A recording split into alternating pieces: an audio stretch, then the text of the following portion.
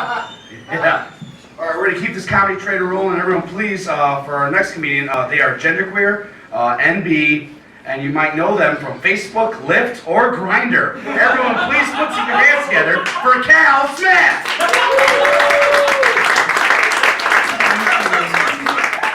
And you laugh, but all those are true. I've been in situations where I met friends at a bar and they're like, hey, here's my new friend. And they're like, hey, haven't I seen you on Grindr? So, real lived experience there. My name's Cal Smith. I grew up in Indiana. I do pause for dramatic effect. If you don't know what Indiana's like, to give you some insight, you know how they say in Texas they have steers and queers? Well, we have steers, closeted queers, and then for a while we had Mike Pence. I did LGBTQ education in higher ed when I was living in Indiana, and it was a trip. I get some mild comments, and one time I had a gentleman come up to me, and he went, I don't mind gay people, but I just don't like them in my face. And I was really perplexed by this comment, because I was like, what is going on outside that I do not know about? So I'm looking around, I'm like, oh, there it is, the big gay orgy in the science mall. Just everyone's showing their queerness, and everyone's face again. So living in Indiana was definitely a trip. So I like to talk about my identity on stage. I'm a genderqueer, transmasculine, pansexual, polyamorous person, and if you don't know what any of that means, it's okay. We can talk after the show. Or you can get your goddamn phone out now and get on Google, because it is 2018. And I could use just a little bit of emotional labor on your part. Now, I like to mention my identity, but many moons ago, I was a lesbian. You don't have to act shocked. I know, I'm wearing plaid and jeans vest up here. But I mention that because when I was a lesbian, everyone thought I was the perfect candidate for phallic object jokes. And it didn't help that my ex and I owned 2 miniature dachshunds. You know, the wiener dog? I guess I walked right into that one. But now I like to say I'm a true pansexual because I own 1 dog and 1 cat, thank you very much. You know, the other day I was at a friend's house and my leg was cramping and my friend's like, did you eat a banana that's supposed to help? And I was like, yes I did, my leg still hurts and I don't understand. You know, it shouldn't hurt me to eat phallic objects because I'm not a lesbian anymore. Speaking of phallic objects, let's talk about sex. Let's go there. Second set of the night, let's break the ice. No one's very excited to talk about sex, but we're going to go there. So let's talk about sex as a fat person. Yeah, okay, no fat people that have sex. Let's talk about having sex as a single fat person, because I have the argument that there's a difference between, being in a relationship and being fat and being single. If I want to be sexually intimate with someone, I have to ask myself, Cal, are you ready for the intense workout that's about to take place? Now, some of you might think, Cal, you're being dramatic, but am I? Have any of you ever been in the heat of the moment with someone and thought, dear God, this is how it ends, right here, right now, with me trying to prove my masculinity in bed. It's not fun. It is not fun, people. Everyone says they want to die while having sex, but is that really how you want to go out? Because I don't know about you, but for me, that's not the first and last impression I want to leave on Jim Bob Joe off of Grindr. So who here is on dating apps? Is anyone on a dating app? I won't ask if you're on Grindr. We'll just know we're on there, but we won't talk about it.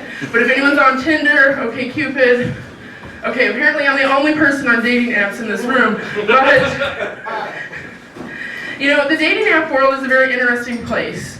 Have you ever been someone's education station while seeking intimacy or a long-term relationship?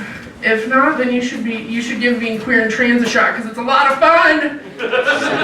Have you ever had to deal with being misgendered while also dealing with sexism. If not, then you should give being queer and trans a shot. And last but not least, have you ever been honest with someone about who you are and they just respond with, "You're so brave"? People, I'm here to fuck and cuddle. You get the cuddle if you're lucky. If not, we get a brief 15-minute encounter, and then afterwards, you get a free walk to the door in which I contemplate all my life's decisions after I lock the door behind you. So, if you don't know what dating in 2018 is like as a queer and trans person, now you do. You know, I've realized as I've gone through all this fluctuation with my gender identity, and especially with my sexuality, you know, I've come to a place of realizing that I'm kind of okay with cis men sometimes. And after all of the trauma and pain and oppression I've faced, some days that feels like a huge disappointment that I went through all this just to discover that. No shade to like 80% of the room is men right now,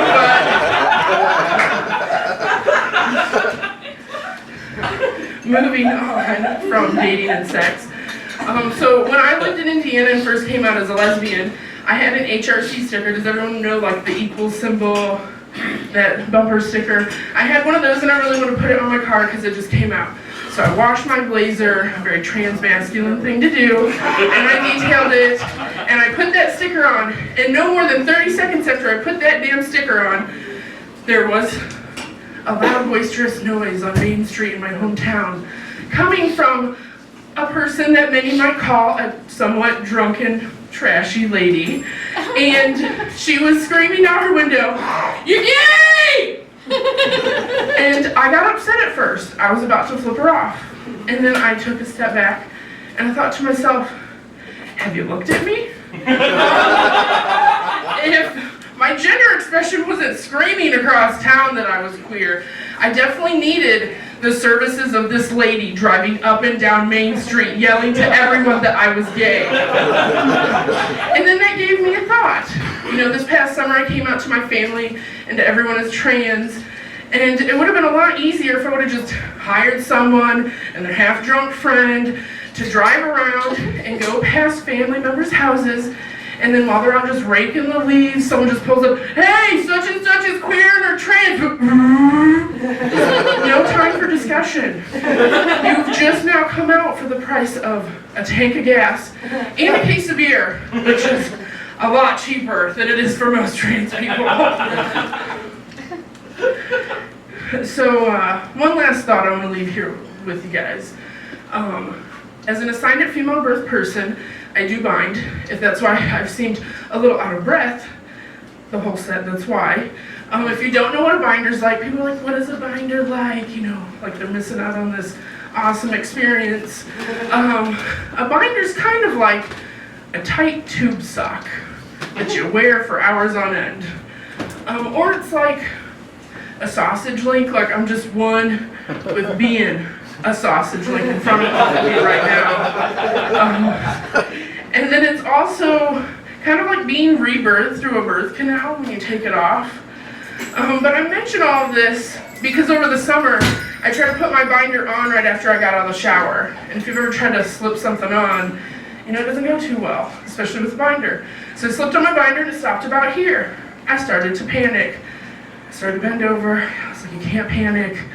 You're polyamorous, but you're very unsaturated and very single, and your one dog and one cat can't get you out of this bind. So then I just leaned down a little bit lower, I took a deep breath, and I'm gonna get this binder on all the way. I noticed that the blinds are partially open, so people can see this out here.